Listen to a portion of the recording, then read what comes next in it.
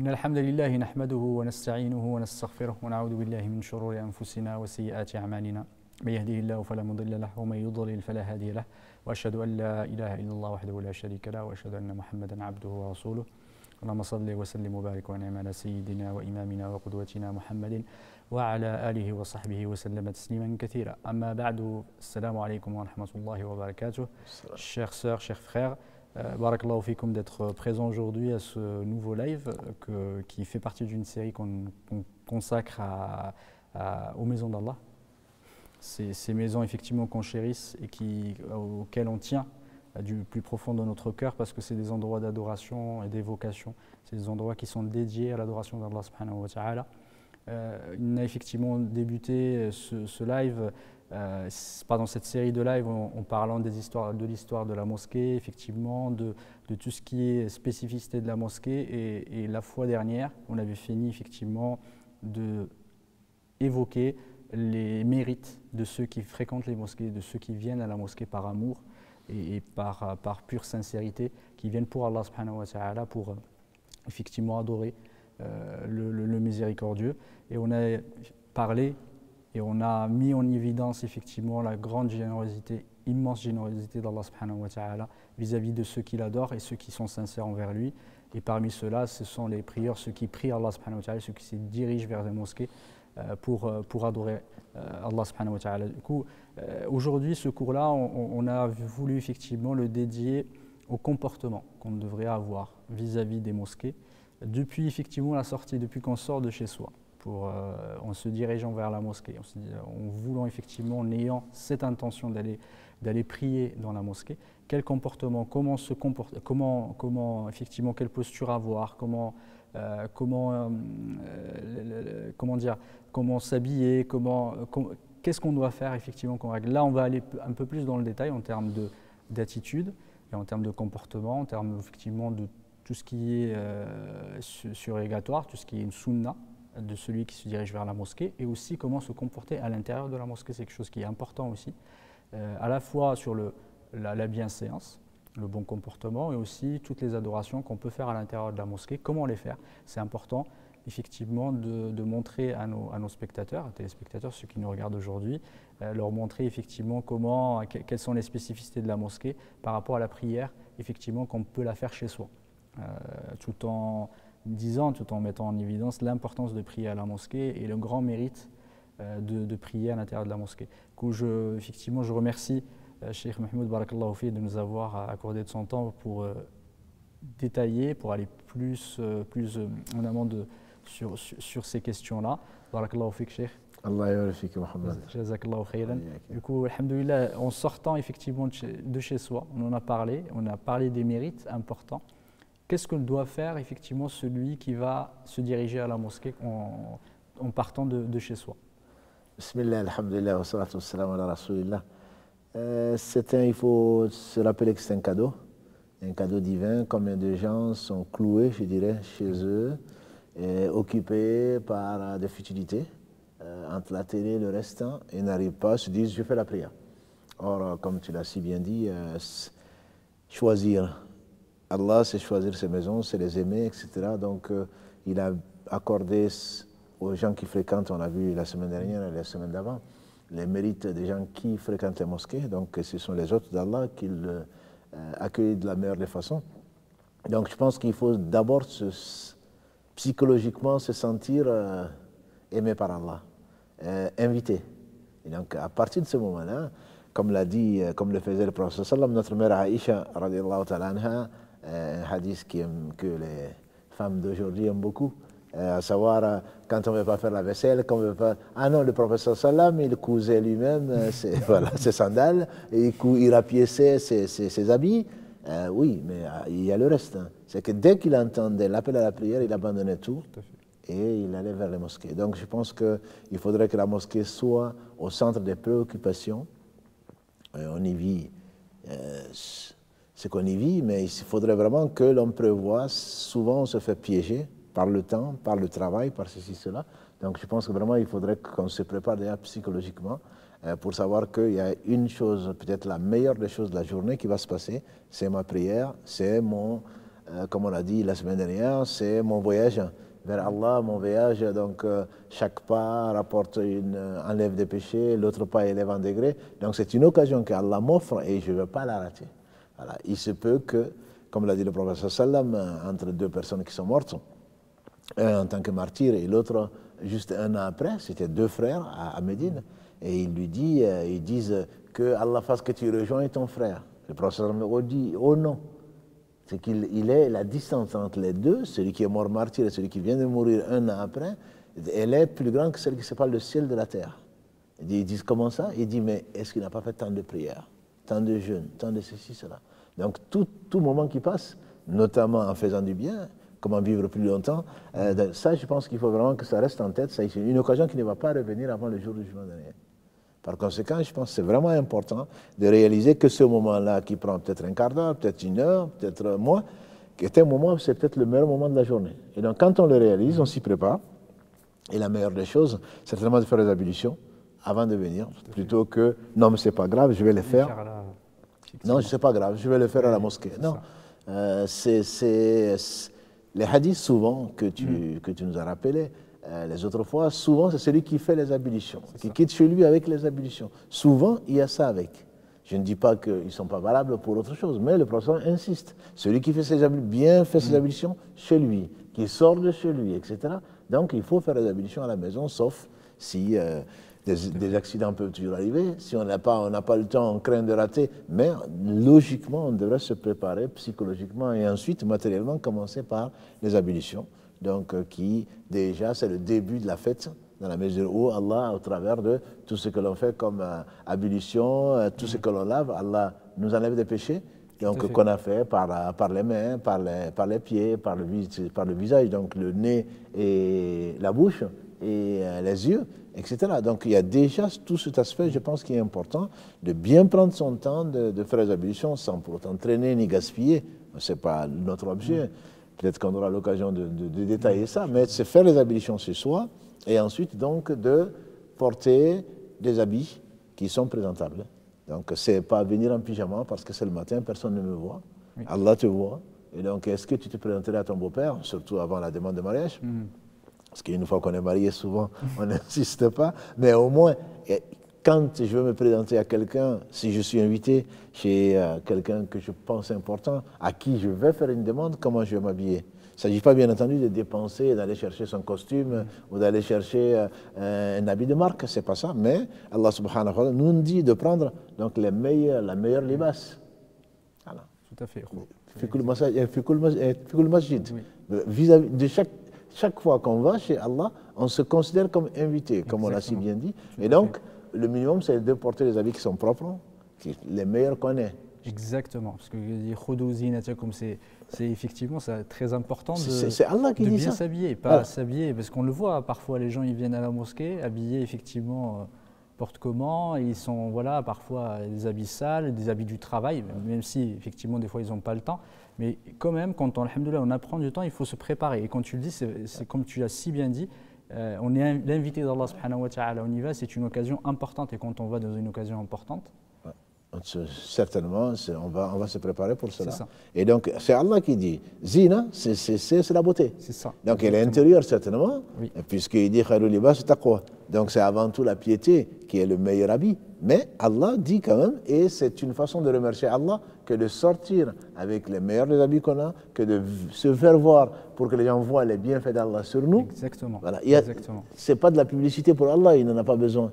Mais ce n'est pas non plus d'avantardise. Je ne viens pas avec les chaussures de marque à 1000 € ou je ne sais quoi d'autre, d'ailleurs, ils risquent d'être volés. Mais voilà, je ne viens pas pour cela. Dans ma prière, je ne vais pas me concentrer parce que je vais me dire voilà, qu'est-ce que j'ai laissé sur l'étagère? Est-ce que je vais le retrouver? Donc, bon, il faudrait vraiment venir au moins avec une beauté, certainement intérieure, mais une beauté extérieure aussi. Vraiment, c'est important. C'est juste l'esprit. Il y a toujours le plus beau. Oui. Voilà, il y a toujours le plus beau. C'est le jour de fête, le jour de vendredi en particulier, on va être encore plus exigeant. Il y a plus de monde, c'est plus solennel, l'Aïd, etc. Mais même si c'est le matin, même si c'est à 4 h du matin, qu'on pense que personne ne nous voit, il ne s'agit pas donc de porter, de venir et mettre quelque chose sur le pyjama. On ne se présenterait ni au préfet, encore moins au président de la République quand on est invité. Voilà. Donc par conséquent, on se doit, le minimum, c'est, comme tu l'as dit, des habits propres. Tout à fait. Parfumés si c'est possible. Exactement. Parfumés parce qu'on va y aller et on va se présenter devant Allah, même si on prie seul. Surtout qu'on va prier avec d'autres qui peuvent dégager, et nous aussi, qui pourront dégager. Comme tu l'as dit, on vient du travail, ou on peut quitter le travail directement pour venir prier, c'est une très bonne chose. Mais en même temps, soit on a un habit pour cela, soit au moins on essaye d'éviter, c'est pour ça que le siwak, une brosse à dents ou le siwak, porter un habit qui soit propre, je ne parle même pas d'impureté, qui soit propre, sur lequel, qui ne va pas attirer l'attention de celui qui est derrière nous pour le voir, des taches, etc., etc., mettre le parfum, et à ce moment-là, donc, se lancer dans le processus, et on sait, comme on l'a vu les 2 dernières fois, chaque pas que l'on fait, Allah subhanahu wa ta'ala nous construit une maison au paradis. Donc je pense qu'il faut en être conscient. Quand on en est conscient, alors certainement on sourit tout seul. Voilà. Et là, ce qui est particulièrement recommandé, c'est le fait donc de ne pas courir. Exactement. Donc de marcher calmement, parce qu'on va à la rencontre d'Allah. Et à ce moment, si on est exceptionnellement, on n'est pas là pour le début de la prière, on complète la prière. Je dis bien exceptionnellement, ce n'est pas parce qu'il y a des gens qui sont connus pour être toujours en retard. Voilà. Soit ils prient seul, non mais c'est pas grave, si c'est grave. Parce que prier seul, c'est rater l'occasion d'être avec le reste, sans compter la récompense qui est de 25 à 27 fois plus. Donc c'est vraiment prendre son temps, venir en avance, et à ce moment-là, on verra, Inch'Allah, par la suite, ce qu'on doit faire quand on va rentrer. Donc, mesurer ses pas, le faire doucement et ne pas donc être stressé, ne pas penser à autre chose, courir pour attraper la prière, etc. Ça, ce sont des choses qui nous sont déconseillées.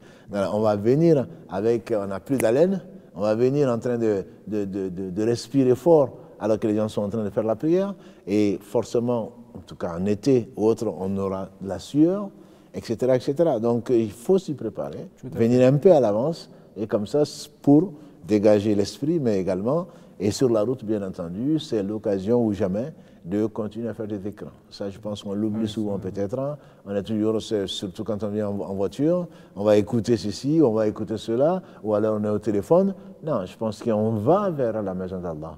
Et on va pour faire la prière, l'œuvre la plus aimée d'Allah, comme l'a dit le prophète sallam, d'après Ibn Mas'ud, si ma mémoire est bonne, qui dit, j'ai demandé au prophète sallam quelle est l'œuvre que Allah aime le plus. Il dit, c'est la prière à l'heure, si ma mémoire est bonne. Et donc, c'est quand même, on va vers ce que Allah aime. Si on veut être aimé d'Allah, si on a quelqu'un que l'on aime, une femme ou un homme, et si on sait que la personne aime une chose, je pense qu'on va aimer cette chose, et on va effectivement accorder à cette chose une importance donc, qui est bien plus que celle que nous accordons tous les jours à cause de la routine peut-être, voilà, ou du manque d'amour. Tout à fait, barakallahu fik. Effectivement, quand tu parlais tout à l'heure de l'accomplissement effectivement des ablutions, dans le hadith, c'est vraiment un terme qui est particulier, c'était isbar al-wudu. L'isbar, c'est une façon de le faire de la meilleure façon. C'est vraiment l'accomplir de la meilleure façon et non pas seulement le faire à la va-vite. Du coup, c'est dans la plupart de ces hadiths, effectivement, ça a été cité. Et il y a quelque chose qui est aussi important, et barakallahu fik, Cheikh, effectivement, d'en avoir parlé, c'est dhikr. Et le premier dhikr qu'il faut faire, c'est quand on sort de la maison. Absolument. Il y a des azkars, effectivement. Quand on a déjà fini, barakallahu fik, quand on a déjà fini les ablutions, le fait d'attester, et comme l'a dit le prophète sallam, celui qui termine, qui dit ashhadu la ilaha illallah, wahdahu la sharika lahu al-mulku wa lahu al-hamdu wa huwa ala kulli shay'in qadir. J'espère que nos sœurs et nos frères en connaissent le sens, sinon on peut l'écrire. Ils le font tous les jours, donc et je pense qu'ils connaissent le sens. Celui qui fait ça, et qui, d'après Othman ibn Affan, celui qui est parfait, c'est ce que tu disais, effectivement, celui qui est parfait sont ses ablutions ensuite qui fait ça, et donc il a les 8 portes du paradis qui sont ouvertes. Voilà. Donc si on en était conscient, après, demander à Allah, Allahumma ja'alna min at-tawwabin wa ja'alna min al-mutatahhirin, oh Allah, fais-moi, compte-moi parmi les gens donc qui se purifient, Allahumma ja'alna min at-tawwabin wa ja'alna min al-mutatahhirin, par les gens qui reviennent vers toi repentants, et qui se purifient. Et Allah a attesté donc qu'il aime ces gens-là. Il a attesté dans la Sourate Al-Baqarah, verset 222, Inna Allaha yuhibbu at-tawwabina wa yuhibbu al-mutatahhirin. Et donc quand on fait ça et ensuite donc qu'on marche donc vers la maison d'Allah subhanahu wa ta'ala, le dhikr dont tu parles, et qui n'est pas seulement en quittant la maison, ce dont je parle, il faudrait qu'on arrête, pour moi, d'être administratif. Oui. C'est quand n'importe quelle invocation, la première des choses pour moi, c'est l'intention et d'en connaître le sens. C'est pour cela que certains francophones se retrouvent peut-être un peu frustrés, on apprend des doigts, des invocations, on n'en connaît pas le sens. C'est sûr que quand on en connaît le sens, surtout quand ça rentre dans le cœur, cela change complètement les choses. Le fait de sortir de la maison en invoquant Allah subhanahu wa ta'ala, le fait de marcher à chaque pas ou chaque moment avant d'arriver, de continuer à dire le subhanallah, alhamdulillah, la ilaha illallah, Allahu akbar, la hawla wa la quwwata illa billah, tout ceci, je pense, doit compter parmi les choses les plus précieuses que l'on doit faire, plutôt que j'ai fait une invocation, je m'arrête là, donc je vais attendre jusqu'à rentrer dans la mosquée. On peut penser, bien entendu, on n'est pas forcément responsable de tout ce que l'on de ses pensées, mais il faut s'efforcer d'introduire donc toute bonne invocation ou évocation, dhikr tout simplement, dans ce parcours-là pour arriver donc jusqu'à la mosquée. Tout à fait. Effectivement, on parlait tout à l'heure des habits, d'être parfumés. Il y a un hadith qui est spécifique effectivement par rapport à ceux qui mangent des oignons. Et effectivement, dans une version, les oignons et l'ail, et dans un autre hadith, effectivement, le korrat, qui ressemble un peu effectivement à l'oignon. Mais dans ce hadith-là, c'est à la fois, le prophète sallallahu alayhi wa sallam a cité ces aliments-là parce qu'ils dégagent une mauvaise haleine, mais c'est un hadith qui est aussi extensible à tout ce qui va gêner, déranger. Qui va déranger aussi les personnes avec qui on est. Absolument. Je pense que le hadith qui résume tout, c'est la yu'minu ahadukum hatta yuhibba li akhihi ma yuhibbu li nafsihi. Aucun d'entre vous ne sera véritablement croyant s'il n'aime pas pour son frère ou pour sa sœur, c'est qu'il aime pour lui-même. Barakallahu fik d'avoir insisté dessus. C'est vrai que c'est pour ça qu'on critique un peu l'administration. Ah non, le hadith parle de l'oignon. Oui. Bien sûr, l'oignon cuit, qui n'a pas d'odeur, etc. L'ail, moi je me rappelle d'un frère libanais, qu'Allah le bénisse, il aimait beaucoup donc, tout ce qui est plat et avec de l'ail, et il mettait du parfum ensuite. Et Dieu le dévoile souvent quand il faisait la prière dans la petite mosquée, et il se mettait à rôter. Et Allah sait que le prophète sallam ne parlait pas de lui-même. Et effectivement, l'odeur que ça dégage n'est pas agréable du tout. Tout à fait. Surtout que le prophète a insisté en disant que les anges donc, sont avec nous dans la prière, ils sont avec nous dans la mosquée, et donc les anges ne se rapprochent pas, n'aiment pas la mauvaise odeur. Donc le fait de faire du parfum, c'est quelque chose déjà de conseillé. De surcroît, si on pense qu'il y a des raisons pour le mettre, il faut le mettre. Et effectivement, on peut y assimiler tout ce qui est fumé, tout ce qui est cigarette, sous toutes ses formes. On entend parfois, ah oui, mais est-ce que ça rend le wudu? Oui, est-ce que ça... Voilà. Ce n'est pas ça le problème. Encore une fois, c'est l'administration. Il y a des personnes que l'on connaît dans les mosquées et que l'on évite. Que l'on évite, pourquoi? Parce qu'on sait que se dégage de ces personnes-là l'odeur nauséabonde de la fumée. Et bon, je veux dire, un forgeron, pourquoi le prophète sallam nous parle de l'esprit du forgeron? La mauvaise compagnie. Donc on devient un mauvais compagnon. Tout à fait. Il a dit que la mauvaise compagnie est comparable à celle du forgeron. Pourtant, il n'y a pas de ce métier. Ce n'est pas le forgeron qui voit. Il dit soit une étincelle saute, elle brûle ton habit, ou au moins tu dois sentir mauvais à cause de l'odeur de la forge. Donc si on parle de l'odeur de la forge, toi qui n'as même pas cette excuse, qui fume, je veux dire, le minimum, on prie Allah subhanahu wa ta'ala de nous éloigner de tout ce qu'il n'aime pas, et ce que les anges n'aiment pas, etc., ce qui va déranger les autres. Parce que c'est ça qu'il faut voir. Tout le monde, quand on se rassemble il faut qu'on s'aime. Il faut qu'on s'aime, comme l'a dit le prophète sallallahu. Aucun d'entre vous ne rentrera au paradis jusqu'à ce qu'il croit. On dit ça, on le comprend. Les non-croyants ne vont pas rentrer au paradis. Jusqu'à ce qu'ils croient. Et donc, est-ce que je ne vais pas vous indiquer quelque chose? Si vous le faites, vous allez vous aimer.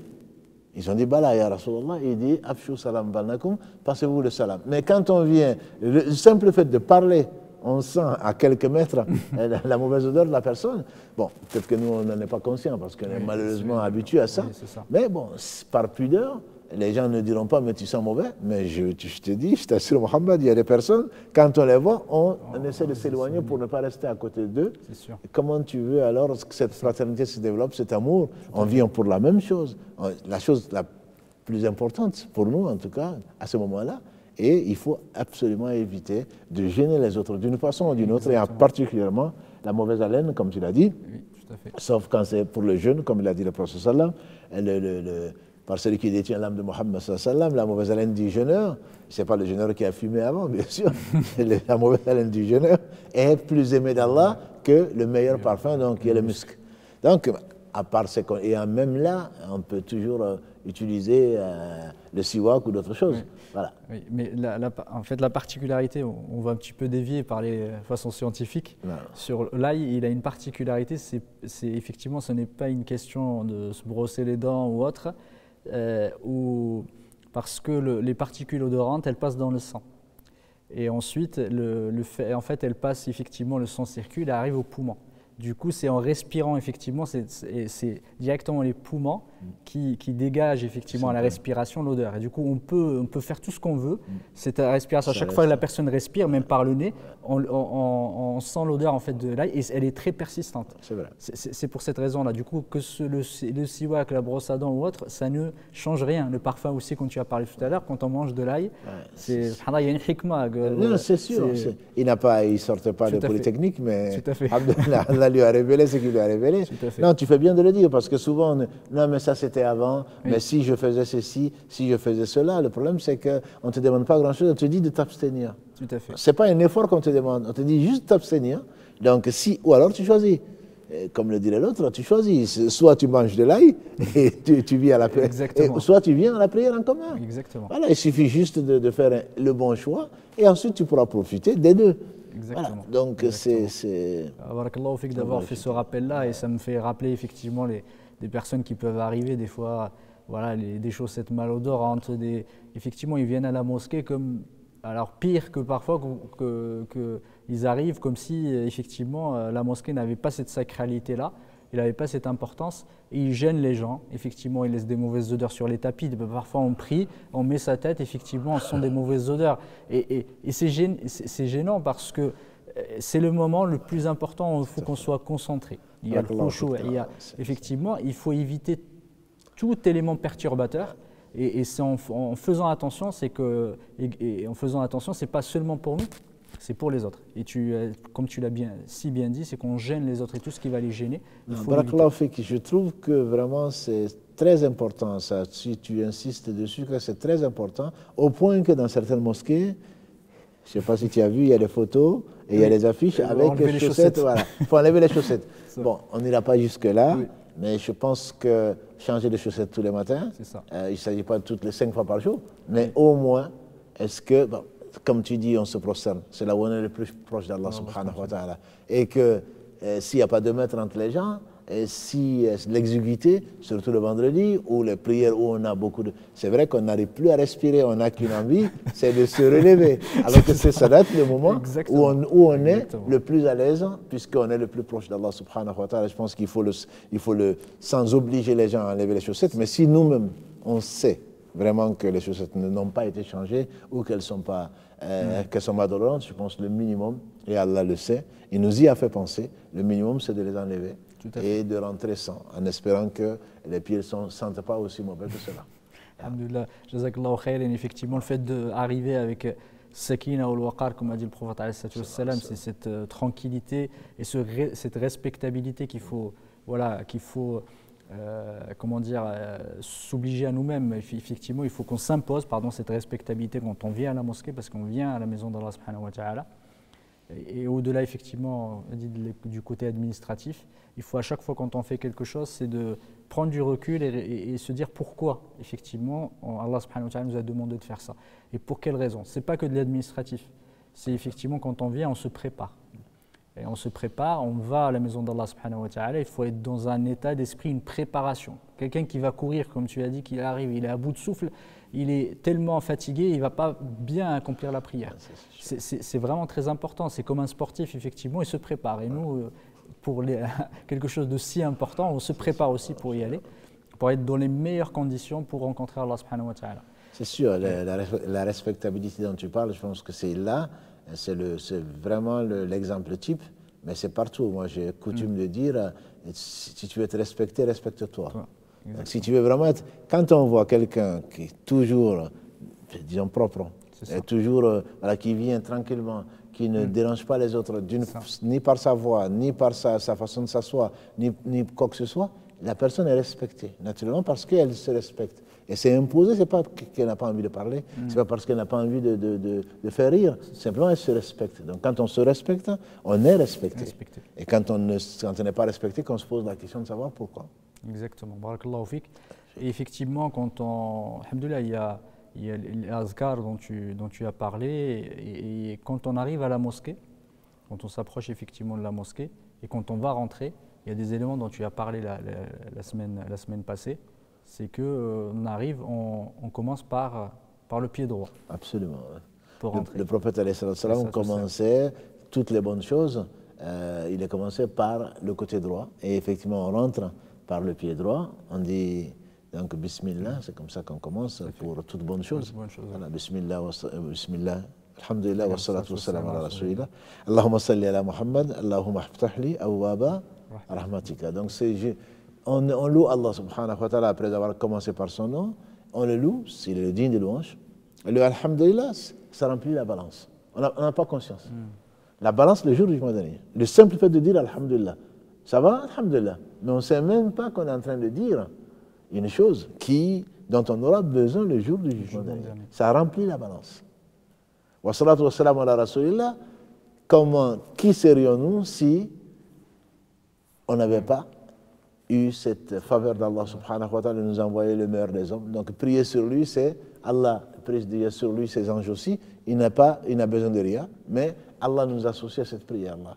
Donc il sait, celui qui ne remercie pas, comme l'a dit le prophète sallam, celui qui ne remercie pas, les gens ne remercient pas Allah. Et celui à qui on doit le plus, parmi les hommes bien sûr, c'est le prophète sallam. Donc en faire même un réflexe. Bismillah, alhamdulillah, wa salatu wa salam ala rasulillah. Allahumma salli ala Muhammad, Allahumma aftahli awwaba rahmatika. Oh Allah, ouvre-moi les portes de ta miséricorde. C'est ce qu'on vient chercher. Donc, on espère, en tout cas à partir d'aujourd'hui, qu'en rentrant dans une mosquée, on va ouvrir son cœur et on sait ce qu'on vient chercher. On vient chercher quoi? La miséricorde d'Allah, subhanahu wa ta'ala. Les portes de la miséricorde d'Allah. Et la miséricorde d'Allah est infinie. Et comme l'a dit le prophète sallam, Allah a divisé sa miséricorde en 100 parties. Il a fait descendre une seule partie de laquelle procède quand un jument lève le pied pour ne pas écraser le poulain qu'il vient de mettre au monde. Et ça, c'est depuis qu'il a créé. Et donc la miséricorde d'Allah est infinie. C'est ce qu'on vient chercher, dans son pardon, dans son amour, etc. etc. Donc ça, c'est en rentrant déjà que ceci soit vraiment conscientisé, je ne sais pas si c'est un mot français, en tant que l'on réalise que c'est la miséricorde d'Allah qu'on vient chercher. Et donc à partir de ce moment-là, les attitudes vont changer parce qu'on vient dans un lieu, on sait ce qu'on vient chercher. Exactement. Et ça m'a rappelé, j'ai oublié un élément important.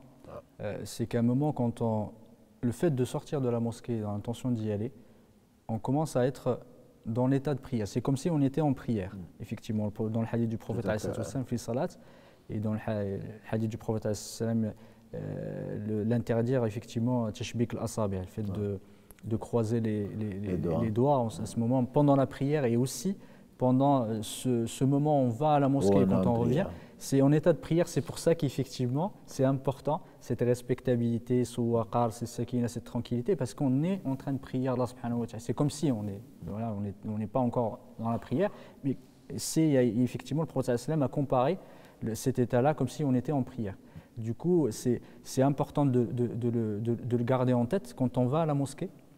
Si on, effectivement, comme tu as dit, le conscientise, on va avoir en conscience effectivement à chaque fois quand on va à la mosquée comme si on était en prière, ça nous pose de se remettre en question à chaque fois et de se dire attention, quand j'y vais, ce n'est pas un acte banal. C'est pas seulement je vais comme je vais au marché ou quand je vais effectivement à une administration, c'est je vais et je suis en prière et Allah subhanahu wa ta'ala me récompense juste en allant à la mosquée.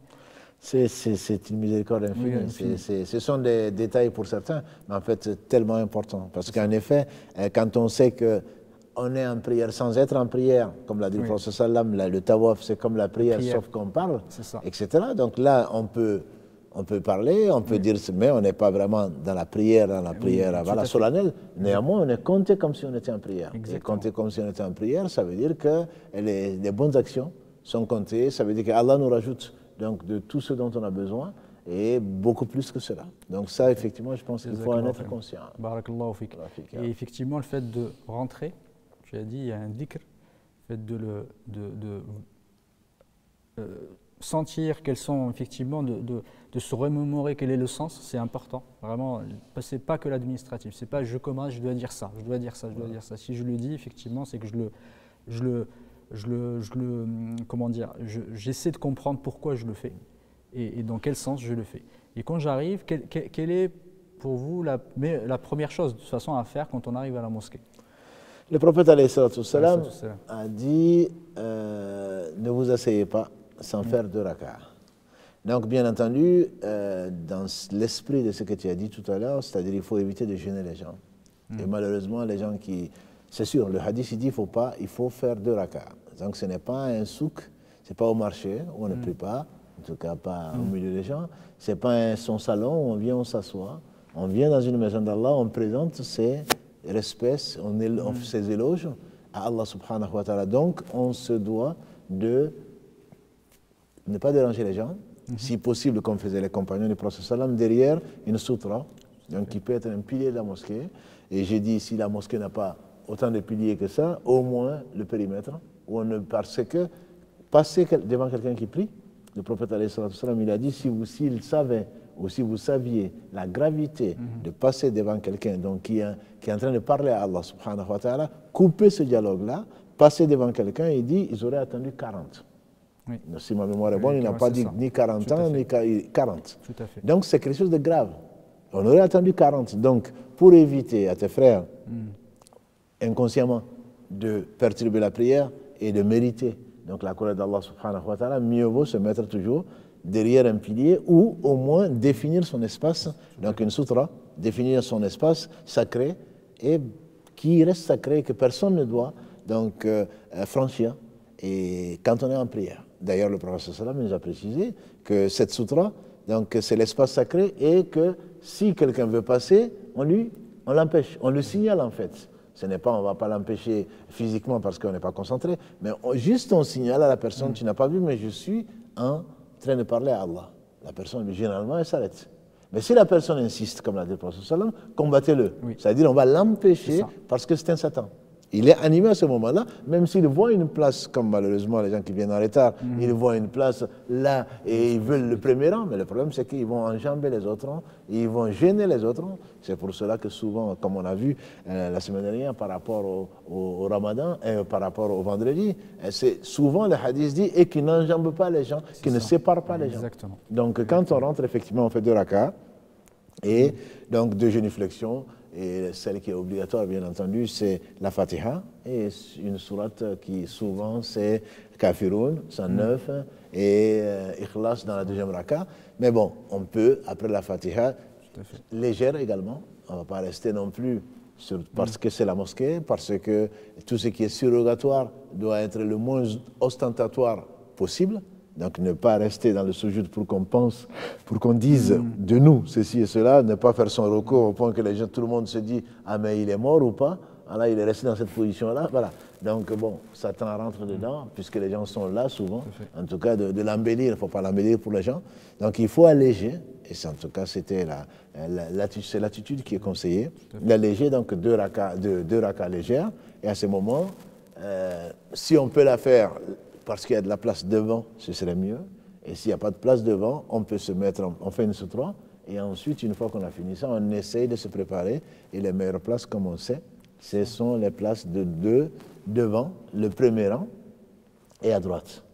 Et donc, un jour meilleur qu'aujourd'hui, le professeur Salam, il a dit qu'Allah fasse miséricorde aux gens de la droite. Les gens de la gauche, ils ont dit, et aux gens de la gauche. Il a dit, il a répété, il dit qu'Allah fasse miséricorde aux gens de la droite. Les gens de la gauche, ils ont dit, les gens de la gauche aussi. Il a dit qu'Allah fasse miséricorde aux gens de la droite, une troisième fois, et les gens de la gauche, ils ont dit, les gens de la gauche aussi. Il a dit, et les gens de la gauche aussi. Voilà, donc la droite, on a dit, on rentre par le pied droit.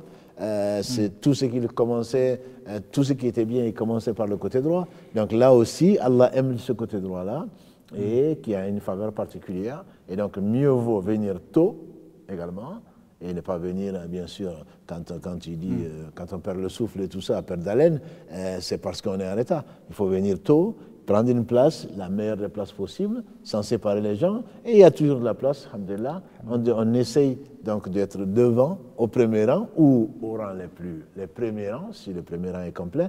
On ne va pas aller bousculer les gens comme certains, ou réserver sa place, parce que ça c'est malheureusement, non ça c'est ma place, c'est mon mètre carré, en gros, j'ai payé 1000 euros pour cette mosquée-là, donc moi j'ai payé 1000 euros. Comme celui qui est rentré te dire, moi j'ai construit presque cette mosquée. Il se peut que tu aies perdu, donc tu as perdu même la récompense. Donc si c'est toi qui l'as construit, on ne doit pas le savoir. Et donc tu prends la place, la première place qu'il y a de vide, et bien sûr dans les premiers rangs, et à ce moment-là tu t'installes sans gêner qui que ce soit. Et si tu viens trouver des musulmans, bien sûr tu leur passes le salam, parce que ce n'est pas une obligation. Mais certainement, comme l'a dit le prophète sallam, Abshou salam bainakum. Si vous voulez vous aimer, certainement, il faut se passer le salam. Il ne s'agit pas de, comme certains de nos anciens, Assalamu alaikum, qui perturbent tout le monde, ceux qui lisent, etc.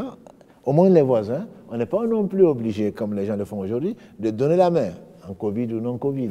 Voilà, Covid, bon, bien sûr, c'est fortement déconseillé, mais même en non Covid, on voit des gens, on vient trouver des gens en train de lire le Coran, ou en train de faire des écrits. On pense bien faire que de leur tendre la main. Alors, si c'est quelqu'un que tu n'as pas vu depuis longtemps, que tu connais, etc., peut-être. Mais le prophète sallam a dit, quand on se serre la main, quand deux musulmans se serrent la main, donc leurs péchés disparaissent. Mais il ne s'agit pas forcément de déranger quelqu'un. Quelqu'un qui est en train de lire le livre d'Allah subhanahu wa ta'ala, on ne va pas lui mettre la main en face des yeux pour l'empêcher de lire. Tout ce insister. Et surtout dans certaines mosquées, on entend, ils font même du bruit, tu ne m'as pas vu. Voilà. Donc je tends la main. Ce sont des choses qui ne sont pas, bon, ça rentre dans une éducation. Malheureusement, on suit, on a vu ses parents le faire, etc. Et si les parents se sont trompés.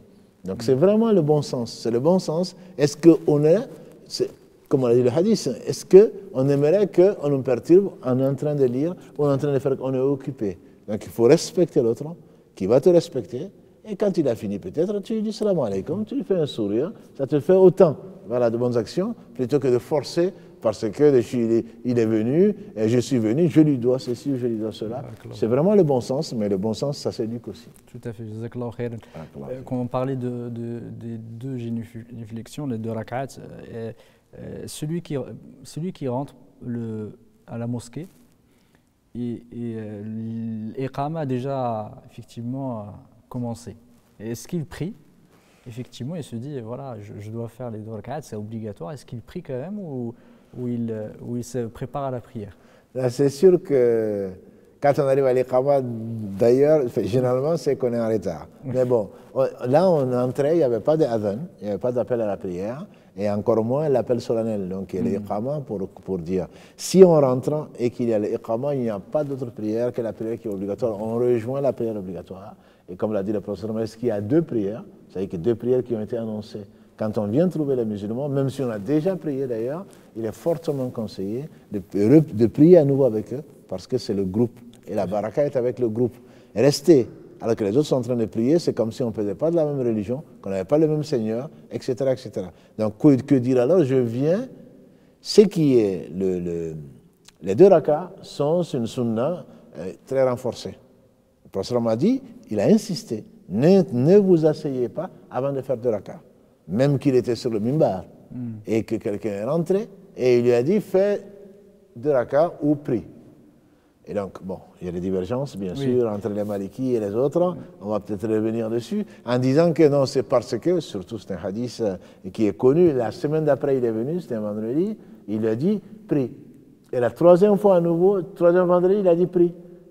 Et ensuite, il a dit, faites-lui le sadaqa. Et donc, il dit, il était venu, il est revenu, j'ai dit de prier, c'est pour que vous le voyez, son état qui était vraiment à désirer, pour que vous l'aidiez donc à sortir de cette misère. Donc, à cause de ça, les Malikis disent que, justement, il a fait pour ça. Mais d'autres savants, ils ne sont pas peu nombreux, ils disent qu'il n'y a pas d'interdiction, puisque la preuve, c'est qu'il a dit prie. S'il dit qu'il prie, ça veut dire qu'on peut prier. C'est la première leçon, en tout cas, que j'ai retenue des savants à propos de cela. Mais bon, sans ouvrir cette longue parenthèse, c'est juste pour dire que c'est même pendant le vendredi, alors que ça fait partie de la prière, mais je dis le vendredi. Mais une fois qu'on dit l'iqama, que les musulmans prient ensemble, on n'a pas le droit de faire d'autres prières, même si on a raté. Comme aujourd'hui on dit je rattrape, on ne rattrape rien du tout. Mais je rattrape le dahor, je suis arrivé, je l'ai trouvé à Asr, qu'est-ce que je fais? Je te dirais, tu n'avais qu'à venir plus tôt pour faire le dahor à l'heure. Voilà. Donc, même quand on n'a pas encore prié, quand on doit des prières, quand il y a l'iqama d'une prière, je ne parle pas de la façon, l'intention que l'on va prendre, mais on doit prier avec, on n'a pas le droit de faire le droit. Il n'est pas permis, effectivement, de faire une prière surrogatoire alors que la prière obligatoire a été appelée. Tout à fait. Barakallahu fik. Et effectivement, quand tu parlais du jour du vendredi, parfois il y a une divergence entre les ulama là-dessus, mais il faut effectivement respecter cette divergence quand elle est une divergence valable et ne pas faire comme certains, parce que c'est des choses qui sont déjà arrivées personnellement. Je suis arrivé un vendredi, je priais, effectivement, c'était pas ici, c'était voilà, dans un autre pays, et je voulais faire le tahiyat al-masjid et une personne qui m'a attiré. Elle m'a dit assis-toi. Du coup, voilà, je savais effectivement qu'il y a une divergence là-dessus, voilà, je n'ai pas réagi fortement, mais il faut faire attention, effectivement, parfois on peut avoir voilà, des avis ou pencher pour certains avis, mais ça ne veut pas dire effectivement d'imposer son avis aux autres. Ça, c'est comme quelqu'un qui disait, une phrase qui me plaît, c'est dit la science, c'est comme la confiture. Moins on a là, plus on l'étale. Et je trouve que c'est très vrai. Parce que lui ne connaît que ça, et donc il ne peut pas accepter que toi tu fasses autre chose que ce que lui connaît. Alors que la science, c'est forcément un fleuve, pour ne pas dire une mer. Et plus on est savant, plus on est modeste, plus on est humble, et on veut apprendre. Donc effectivement, il y a des divergences entre les savants, et on n'a pas, nous, à imposer, et même si à la limite tu aurais dû te laisser terminer et te dire, mon fils ou mon frère ou mon oncle, moi j'avais appris que, et tu vas lui enseigner ce que toi tu sais. Voilà. Mais plutôt que de, bon, rien que sa réaction, ça prouve que c'est un ignorant. Forcément, c'est un ignorant. Et donc ça, effectivement, il faudrait qu'on peut être étonné, ah bon, mais on se calme. Il a certainement ses raisons. Et s'il n'en a pas, à ce moment, on va le voir gentiment et on discute avec lui, et peut-être qu'il va nous enseigner quelque chose, ou nous, on va lui enseigner quelque chose. Et peut-être qu'il ne savait pas, il va dire, Barakallahu fik, je ne savais pas qu'il ne fallait pas faire de, comme le diraient les Malikites, Tahiyat al-Masjid, faire des prières entre le Asr et le Maghrib, bien que d'autres le permettent. Voilà. Il vient, il fait sa prière. Tu vas pas dire, non, arrête. Ça, c'est vraiment un manque, enfin, plutôt c'est un dévoilement, je dirais, de son ignorance. Le minimum, c'est le respect, même si c'est un enfant. Le respect, c'est il est en train de parler à Allah. Laisse-le terminer. Quand il finit, tu vas le voir gentiment et tu ne lui dis pas, mais c'est quoi ça? C'est interdit, non. Tu lui dis, est-ce que, peut-être que tu connais des choses que je ne sais pas, est-ce qu'on peut faire ceci? Il va dire, oui, effectivement, il y a divergence, d'où ça vient, etc. Et tu apprends quelque chose. Ou alors, il n'en a pas. À ce moment-là, il va se dire, ah oui, finalement, je le fais, je ne savais pas. Il va dire, Barakallahu fik, il va prier pour toi. Et vraiment avec un cœur sincère, il va te dire, qu'Allah te bénisse, je ne savais pas, je viens de découvrir. Donc voilà comment l'islam nous éduque. Et c'est vrai que, comme on disait tout à l'heure, quand on ne se respecte pas, on n'est pas respecté, et d'ailleurs on ne le mérite pas. Barakallahu fik. Alhamdulillah, tu as anticipé une question, c'était entre l'Asr et le Maghrib, le fait de faire Tahiyat al-Masjid à ce moment-là, parce qu'effectivement il y a une interdiction de prier à ce moment-là. Alhamdulillah, ça évitera la question. Non, disons que c'est juste, c'est sur des hadiths que tu connais, que peut-être nos frères, nos sœurs connaissent ou pas. Les Malikites encore, ils prennent ce hadith-là, qui est authentique, ils disent qu'il n'y a pas de prière après l'Asr jusqu'au coucher du soleil. Et donc même après le coucher du soleil, quand il y a l'appel à la prière jusqu'à faire le Maghrib, les Malikis, ceux qui se disent, qui suivent l'école, ne prient pas. Alors que le prophète sallam, dans un hadith authentique rapport sur le Bukhari, il dit après l'adhan du Maghrib et avant le Iqama, il y a une prière. Il a dit 2 fois, la 3e fois, il a dit pour celui qui veut. Que ça n'ait fallu que ce soit presque une obligation. Et on dit que quand tu rentrais du temps des compagnons du prophète sallam, les piliers étaient occupés. Parfois, tu avais l'impression que la prière était finie. Oui. Voilà. Donc, que l'on ne le fasse pas parce qu'on suit un avis, parce qu'il y a le hadith qui dit qu'il n'y a pas de prière. Mais les savants, d'autres savants disent qu'il n'y a pas de prière sauf les prières qu'il a exigées, comme par exemple Tahiyat al-Majid, le fait de saluer la mosquée avec les 2 rakats dont tu as parlé tout à l'heure. Donc ça, on peut les faire, et pour eux, on doit les faire même après l'Asr. Par contre, il s'agissait pour eux des prières en général surrogatoires. Tiens, je m'ennuie, au lieu de lire le Coran, je vais me lever pour faire. J'ai fait Tahiyat al-Majid, mais ce n'est pas encore l'heure. Il reste 30 minutes, il reste 1 heure, donc je vais continuer à prier, comme on le ferait le vendredi, comme on le ferait entre les autres prières. Non, il n'y a pas de prière, effectivement, non justifiable par donc, un hadith ou un nas, de toute façon, donc un dir du prophète sallam qui me permette de le faire, puisque Allah, pour qu'il accepte une chose, il faudrait que ce soit sincère, certainement, ça c'est Allah seul qui le sait, et que ça suive la sunna du prophète sallallahu alayhi wa sallam. Si on fait une chose parce qu'on l'aime et que le prophète n'a jamais fait, comme disent les savants, la ibada c'est tawqifi, c'est-à-dire qu'on s'arrête là où il s'est arrêté. On n'a pas le droit de faire ce qu'il n'a pas fait, et c'est pas par oubli. Tout à fait, barakallahu fik. Et effectivement, certains... Est-ce que le fait de... Quand on rentre effectivement, imaginons, tu parlais effectivement, il y a la sunna entre adanayn, entre l'iqama et l'adhan, il y a une sunna. S'il arrive à ce moment-là, est-ce qu'il fait Tahiyat al-Masjid et en plus il fait les deux effectivement, les 2 rak'ats de la sunna? Alhamdulillah, effectivement la science apporte beaucoup. Oui.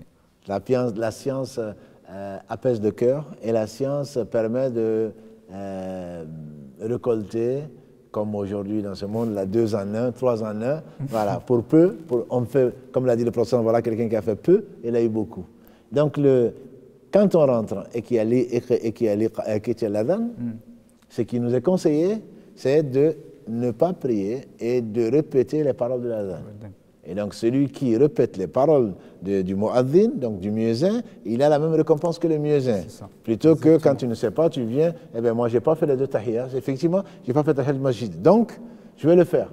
Donc, on attend déjà, et le muezzin, Allah seul sait qu'au jour du jugement dernier, comme l'a dit le prophète, il aura le coup le plus long. On ne va pas discuter du sens. En tout cas, ça a une place énorme. Ensuite, donc, c'est un moment particulier où les invocations sont acceptées. Donc on va prier sur le prophète sallam. Et celui qui a dit alayhi salatu wassalam, que celui qui entend le mu'adhin et qui dit araditu billahi rabban wa bil islami dinan wa bi Muhammad sallallahu alayhi wa sallam nabiyyan wa rasula, j'atteste que je suis satisfait d'Allah comme Seigneur, Muhammad comme messager, l'islam comme religion, il est en droit d'avoir la satisfaction d'Allah. Et ce qu'il va dire après sera accepté, et en effet, après le muezzin, on va réciter ce qu'on apprend par haute voix, bien sûr. Allahumma rabba hazida wa tamma wa salat al-qa'ima ati Muhammadan al-wasilata wal-fadilata wa bathu maqama mahmud alladhi wa'adta. Oh Allah, Seigneur de cet appel parfait et la prière qui va suivre, accorde à Muhammad donc cette place exceptionnelle ou unique que tu lui as promise.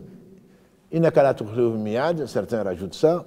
Je ne connais pas l'authenticité de cette version, mais en tout cas, il dit que celui qui le fait, il a droit à son intercession au jour du jugement dernier. Parce que tous les prophètes vont le souhaiter, puisqu'il y a une seule personne à qui sera accordé, et ce sera de Muhammad sallallahu alayhi wa sallam, au travers de ce qu'Allah subhanahu wa ta'ala nous inspire, et de prier pour lui, et de lui donner donc cette place unique. Et ensuite, on prie pour soi-même. C'est un moment particulier donc d'acceptation de l'invocation. Et voilà quelqu'un qui vient tôt plutôt que de venir à l'iqama, ce qu'il pourrait gagner par rapport à celui qui est resté devant son match de foot ou qui est resté devant la télé, il aura perdu au moins ça. Et donc, non, j'ai eu la prière puisque quand je suis arrivé, l'imam n'avait même pas commencé. Oui, mais ceux qui étaient là avant, tout le temps qui était là, c'était compté comme une prière. Toi, qu'est-ce que tu as gagné? Allahu A'lam. Donc, comme tu dis, pour répondre à ta question, quand on rentre, donc on a fait Tahiyat al-Masjid, on s'arrête, on écoute. Si on vient avant, bien sûr, le problème ne se pose pas. On a déjà fait le Tahiyya.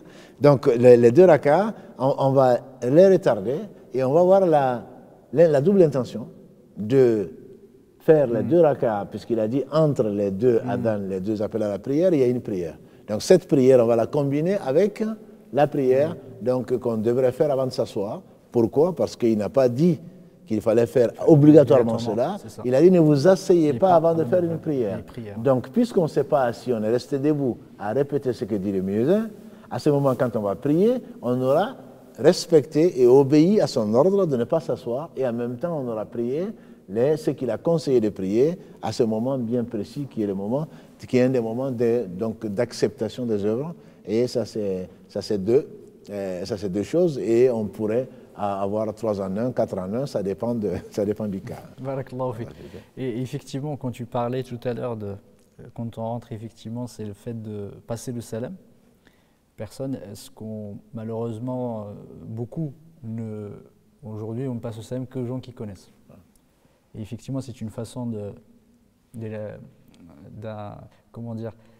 répandre l'amour entre nous, le fait de faire salam. Et effectivement, un rappel une parole de Ammar ibn Yasir qui citait effectivement parmi les meilleures actions, c'est ceux qui passent le salam à tout le monde. Ifsha'u salam lil alam, à tout le monde, pas seulement à ceux qu'on connaît. Du coup, quand on rentre à la mosquée, c'est des gens effectivement avec qui on partage la chose la plus importante, c'est l'amour d'Allah subhanahu wa ta'ala. Et ces personnes, ils ont le droit effectivement à leur passer le salam sans les déranger. Mais c'est important de le dire. Parce qu'à la fois dans la mosquée, mais à l'extérieur, les gens, des fois, ils ont honte de passer le salam. C'est un des signes de la fin du monde. Exactement, la fin du monde. Et certains même, on passe le salam, ils répondent même pas. Tout à fait. Parce que je ne te connais pas, pourquoi tu me passes le salam? Absolument. Mais ne serait-ce que quand on vient à quelqu'un, on dit salam alaikum, même à l'extérieur, parlons pas à l'intérieur, on lui souhaite la meilleure des choses. C'est ça. Voilà, que Allah le préserve, etc. Comment on peut ensuite, même si on avait de l'appréhension, tout de suite on est apaisé. Ah, mais c'est quelqu'un comme moi, c'est quelqu'un qui me souhaite du bien. Après, bon, je ne dis pas qu'il faille laisser son sac traîner, mais au moins, ça rassure. Et celui à côté de qui je vais prier me souhaite du bien. Et souvent, c'est accompagné par un sourire, et ce n'est pas peu. Parce que c'est une sadaqa, et ça rassure. Donc, effectivement, passer le salam à ceux qu'on connaît, à ceux qu'on ne connaît pas, fait partie donc, des choses qui sont particulièrement recommandées, sans bien entendu gêner tout le monde. Comme parfois les gens le disent, il faudrait qu'on reconnaisse, on reconnaît même leur voix, sans se retourner, on sait qui c'est, il faut que tout le monde sache qu'il est arrivé. Bon, mais sans faire ça, je pense qu'il faut être discret, il faut être respectueux de soi-même, respectueux des autres, et déranger le moins possible. Et du coup, quand on rentre, on passe le salam, est-ce que ceux qui prient, est-ce qu'ils doivent répondre? Le salam, comme tu le sais très bien, le salam est une sunna pour celui qui le fait. Et effectivement, le prophète sallam, le hadith qu'on a dit, la tadkhulul jannata hatta tu'minu, vous ne rentrez au paradis qu'à condition que vous croyez, et vous ne croirez qu'à condition que vous aimez. Et donc, la façon qu'il nous indique de nous aimer, c'est le salam. Donc, celui qui le fait, il obéit au prophète sallam, il sait qu'il ne parle pas de lui-même, et il a des hasanats. Mais celui qui entend le salam, il faut qu'il réponde. Ça, c'est une obligation de la sourate An-Nisa. Allah subhanahu wa ta'ala donc nous oblige à répondre mieux, sinon minimum, de rendre l'appareil. Donc, on se doit de répondre, mais c'est un fard qui faillit, c'est-à-dire si certains répondent, ils ont la récompense, toi tu n'es pas empêché. Par contre, si tu es seul dans la mosquée, il est arrivé au prophète sallam, tout en priant, et c'est le meilleur exemple, de répondre à un salam. Comment est-ce qu'on le fait? C'est connu, même quand on prie, quand on a la droite sur la gauche, le prophète sallam faisait ça. C'est-à-dire qu'il répond au salam parce que c'est une obligation divine. Voilà. Pour nous, quand on rencontre quelqu'un à la fac ou dans la rue, parce qu'il est avec des gens qui ne savent pas qu'il est musulman, ou alors s'il dit salam alaikum, c'est qu'il est devenu quelqu'un d'extrémiste, ils te disent bonjour. Si vraiment les gens le savaient, la gravité, parce qu'ils viennent de faire un péché, ils viennent de faire quelque chose que Allah n'aime pas. Parce que le salam, c'est quoi? C'est pas, oui, le salam, c'est comme bonjour. C'est ce qu'on dit. Non, ce n'est pas comme bonjour. Je n'ai rien contre bonjour et je le dis souvent. Mais le salam, quand Allah a créé Adam, alayhi salam, Allah l'a créé, il a dit, Adam, voilà un groupe d'anges, va les voir, dis-leur assalamu alaikum. Et écoute ce qu'ils vont dire. Et donc, Adam a été, bien sûr, obéissant. Il a dit aux anges, le groupe d'anges, assalamu alaikum. Ils ont répondu, wa alayka assalamu wa rahmatullah. Et quand il est revenu, Allah lui dit, ça sera la salutation entre tes fils. Et donc, le fait de dire assalam, on traduit ça souvent par la paix, c'est également l'exemption, Oui, tout à fait. voilà, l'exemption de tout mal. C'est ça. Salam min. Donc, on souhaite le meilleur. Et il n'y a pas meilleure formule que de dire le salam alaikum. Au point que, comme tu le sais, quand l'imam Albani, qu'Allah lui fasse miséricorde, plutôt l'imam Abdelrazak al-Badr, donc, qui est le fils d'Abdel Mohsin, qui est un contemporain de l'imam Albani, qu'Allah le fasse tous miséricorde en nos savants, et il raconte, de ce que j'ai compris, il raconte que ce hadith, il a retenu comment? Il était avec l'imam Albani, et il passait, ils étaient ensemble, donc lui était tout petit, et il était en sa compagnie. Et quand un pilier les a séparés, l'imam Albani lui a dit salam alaikum. Donc c'est la meilleure façon d'éduquer par l'exemple. Il dit, tu sais pourquoi je te dis salam alaikum? Il dit non. Il dit parce que le professeur m'a dit, même si un arbre vous sépare, repassez-vous le salam. Voilà. Là, les cœurs, voilà. Donc, que l'on arrive à la maison, c'est pas qu'à la mosquée. À la mosquée, salam alaikum, salam alaikum. À la maison, on rentre sans saluer. Parce qu'il n'y a que les enfants. Parce qu'il n'y a que non. Même quand on est seul. Même quand il n'y a personne. Même quand il n'y a personne. Donc, tu souhaites aux habitants, parce qu'il y a des habitants. Il y a des anges. Il y a des djinns, on espère qu'il y a peu de Satan, mais voilà. Donc on passe le salam et on sait qu'on n'est pas seul, on est conscient de ça et on va récolter, et celui qui a fait le bien du poids de notre homme le verra au jugement dernier, et certainement Allah chasse au travers de son rappel les Satans, parce que tu viens de penser à Allah, tu viens de le formuler. Et donc effectivement, là quand on est seul, on est obligé de répondre. Quand on n'est pas seul, si un voisin ou quelqu'un répète, mais plutôt répond, et qu'on entend qu'il répond, bien sûr, on est quitte, entre guillemets, on n'a pas la récompense, mais au moins on n'a pas le péché. Le péché, donc, et je vais revenir vraiment très brièvement avant qu'on finisse ce live-là, qui était extrêmement intéressant. Tout à l'heure, quand tu parlais du premier rang, sur les personnes de droite, est-ce que forcément je me mets dans la droite, du coup je déséquilibre le rang? Parce qu'il y en a beaucoup, en fait, ils arrivent à la fin, il y a les rangs de derrière, et ils se mettent tous à la droite. C'est très subtil. C'est vrai, quand on est seul, puisque le groupe, on va en parler, Inch'Allah, le groupe c'est à partir de 2. Donc quand on est seul, on se met à la droite de l'imam. Et quand on est plus de 1, quand on est l'imam plus 2 personnes, les 2 personnes se mettent donc derrière l'imam et forment un groupe derrière l'imam. Donc, on complète le rang. On ne va pas tous se mettre à droite, ce qui fait que finalement, l'imam est là et tout le monde est à droite. On ne peut pas l'imaginer, mais ça peut arriver. Parce que je connais un endroit que je ne vais pas citer. Quand on est en prière, les gens, le deuxième rang en tout cas, ils se mettent à droite. Au lieu de centrer, ils se mettent à droite. Si effectivement tout le monde se met à droite, je pense qu'il y a une partie gauche qui va se plaindre, et ce n'est pas ça la sunna. La sunna, c'est de compléter le rang.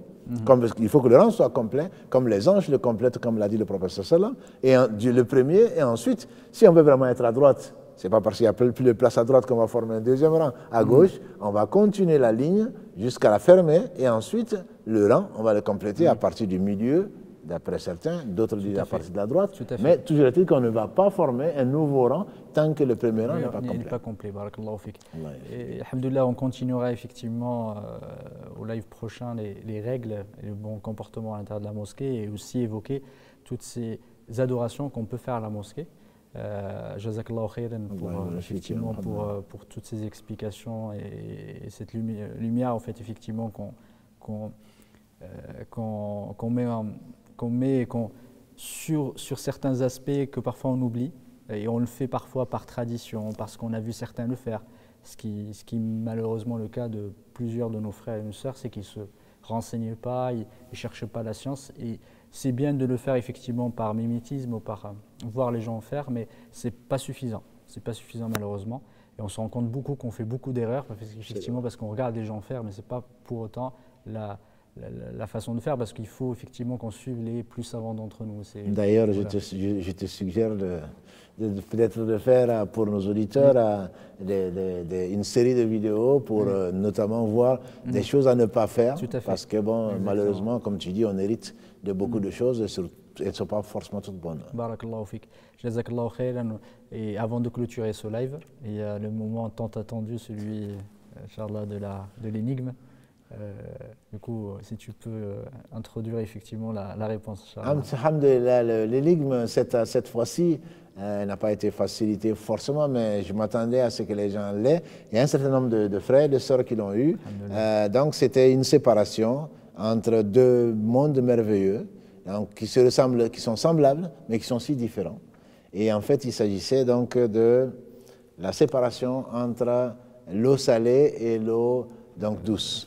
Allah subhanahu wa ta'ala en fait mention et on dit que les navigateurs comme le commandant Cousteau, quand ils ont découvert ça, ils étaient subjugués quand on leur a montré donc des versets du Coran qui viennent appuyer ça. Et effectivement, Allah a voulu que la mer donc salée et avec son contenu si merveilleux et l'eau douce des fleuves se collent sans se mélanger. Et Allah fait allusion notamment donc dans la sourate 27. Et quand il parle de cette séparation, verset 61, il en parle également dans la sourate 25, verset 53, si ma mémoire est bonne, dans la sourate Al-Furqan, donc où il décrit les contenus des deux. Et enfin, il en parle également dans la sourate 55, Ar-Rahman, verset 19 et verset 20.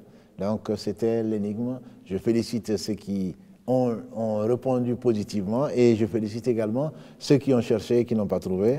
Et Inch'Allah, le prochain énigme sera posé mardi en live. Inch'Allah, peut-être juste suggérer à la place des personnes qui ont participé, il faudrait peut-être mettre en place un cadeau pour ces personnes, Inch'Allah. Inch'Allah, il faudrait y réfléchir. Inch'Allah, il faudrait y réfléchir. On aura peut-être beaucoup plus de réponses. Déjà qu'on en a. Inch'Allah, on espère que le cadeau sera l'agrément d'Allah. Et voilà, une place au paradis. Il n'a pas de prix. Voilà, ça n'a pas de prix, c'est absolument. Barakallahu fikum, jazakallahu khayran. On va arrêter là. Inch'Allah, on continuera au live prochain. Continuera effectivement de parler du comportement et des règles relatives aux mosquées. سبحانك اللهم وبحمدك أشهد أن لا إله إلا أنت أستغفرك وأتوب إليك سبحان ربك رب العزة عما يصفون والسلام على المرسلين والحمد لله رب العالمين السلام عليكم ورحمة الله وبركاته